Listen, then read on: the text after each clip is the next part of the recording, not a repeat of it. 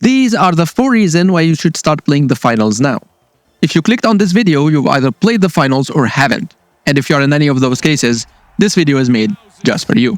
Which, logically speaking, you have to be in one of those cases. So, you need to watch. The finals is a free-to-play competitive team-based multiplayer shooter where teams of 3 compete in large, highly destructible maps. Reason number 1. The community haven't optimized the fun out of the game yet. Take Overwatch for example. When it first came out, it was so fun. Everybody was running around like headless chickens, which led to some of the most fun I've had in gaming. And I'm sure I'm not the only one. Just look at early Overwatch YouTube. This strategy people came out with. You had Hanzo's falling arrows at the start of the game. You had Symmetra's death trap. You had Reinhardt charging people off a cliff, Sexy Junkrat, Six Torbjorn, just to cite few. But then, the community started taking the game too seriously, and the devs themselves optimized the fun out of the game. Now, more on that in a third point. For now, let's only focus on the community side of the responsibility. It reached a point where people would flame you for picking a non-meta characters, or just for playing Hanzo or Genji, before the match even begins, even in unranked matches. Can you switch off Hanzo, please? Yeah, I don't know if we need a Hanzo. Fucking switch, dude. You're not doing shit for the team. Some would just leave.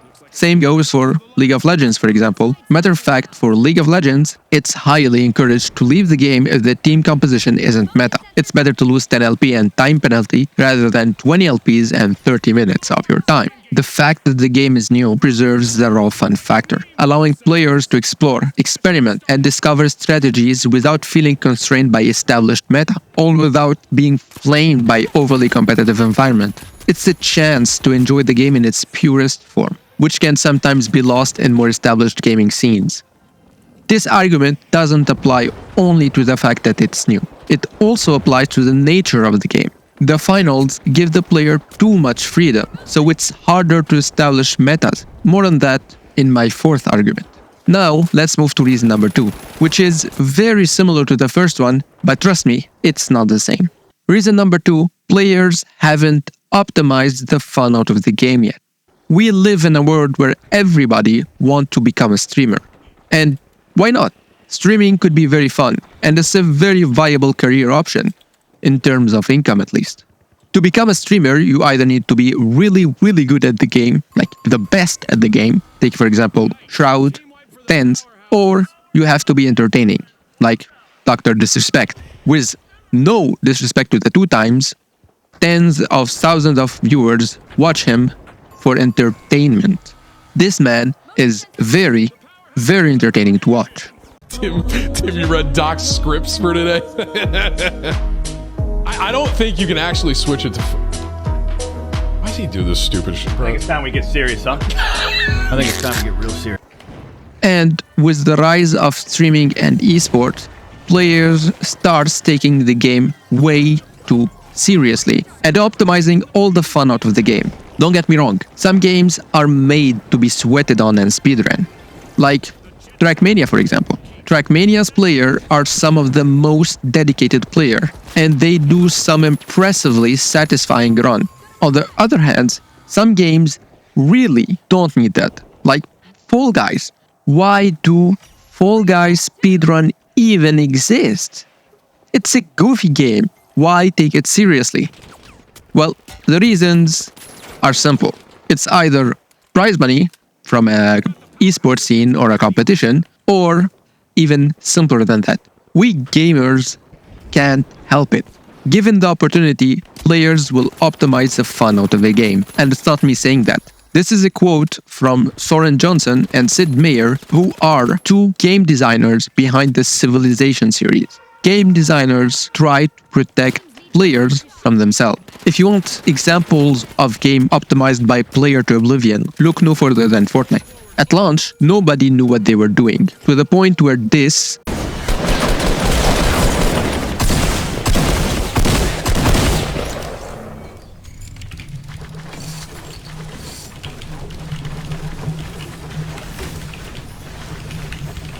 was considered a massive build battle.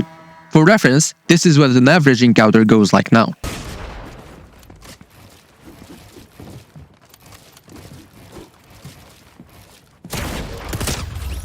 You see, to be able to play the game or to have any fighting chance, Fortnite has to be your full-time job. And for a casual gamer, it's simply impossible.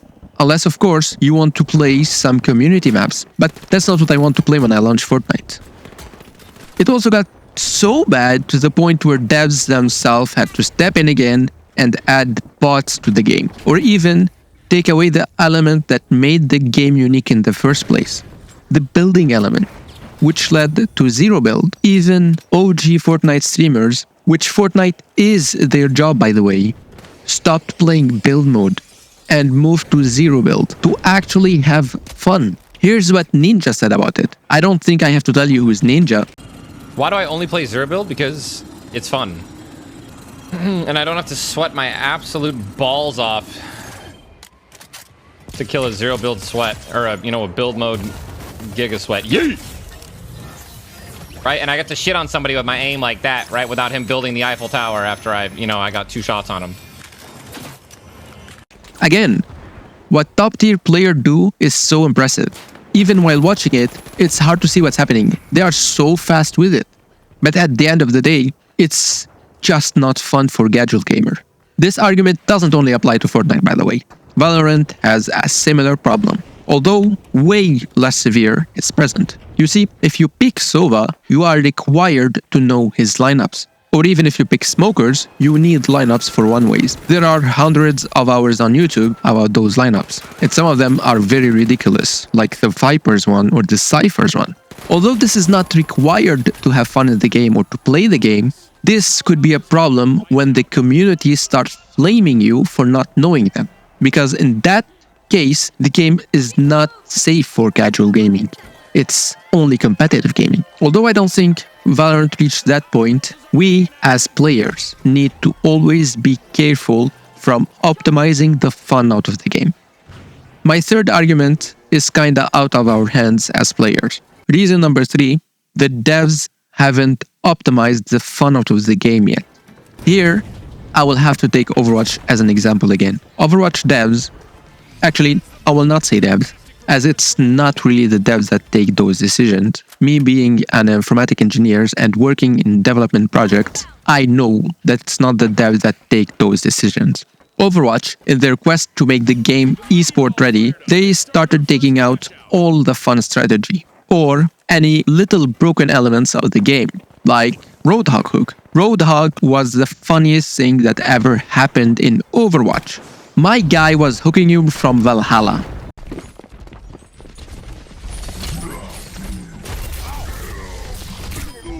This is clearly broken, but it's the funniest broken thing ever. Even dying to it was fun. I remember laughing my ass off when I watched the death cam. Of course, this is not the only time they ruined the game. I mean, we can argue that this is not ruining the game, it's fixing it. But I have more examples of time where, for me, they ruined the game.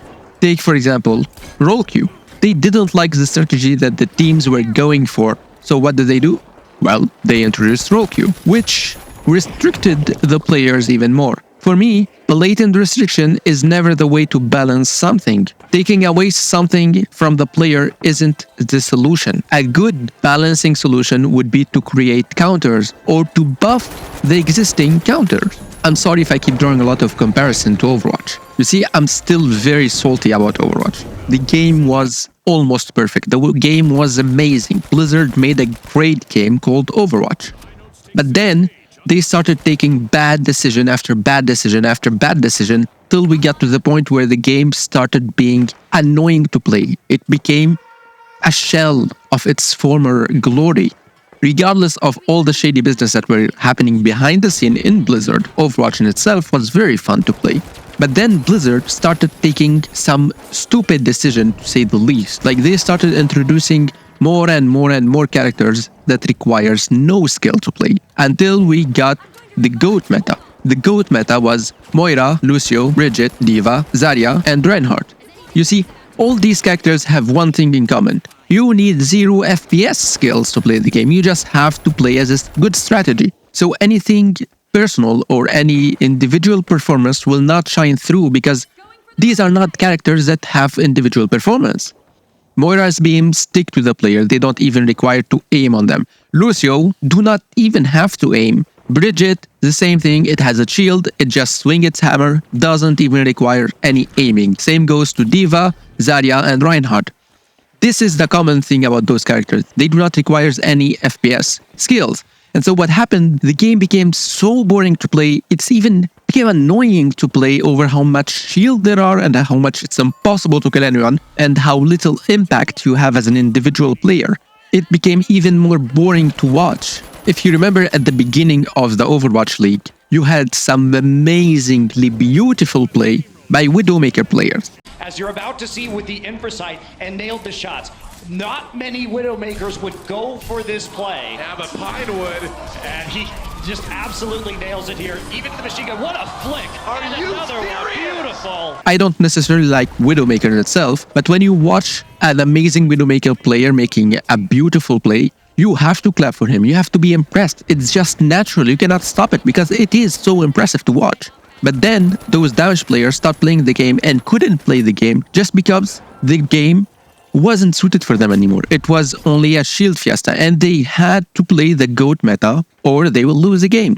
And how did Blizzard fix that? They didn't decide to nerf the shield. They didn't decide to buff the damage. They didn't do anything about that. They kept introducing characters that do not require any FPS skills until the game stopped being an FPS.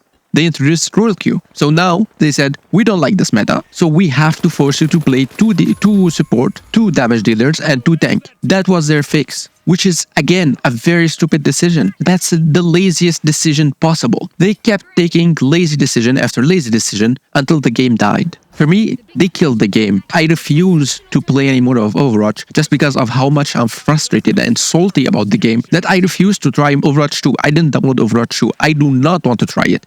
I hate it. I hate what Blizzard did, and I do not trust Blizzard to keep the game good. Now, I'm not saying that balancing game is easy. No. It's notoriously hard.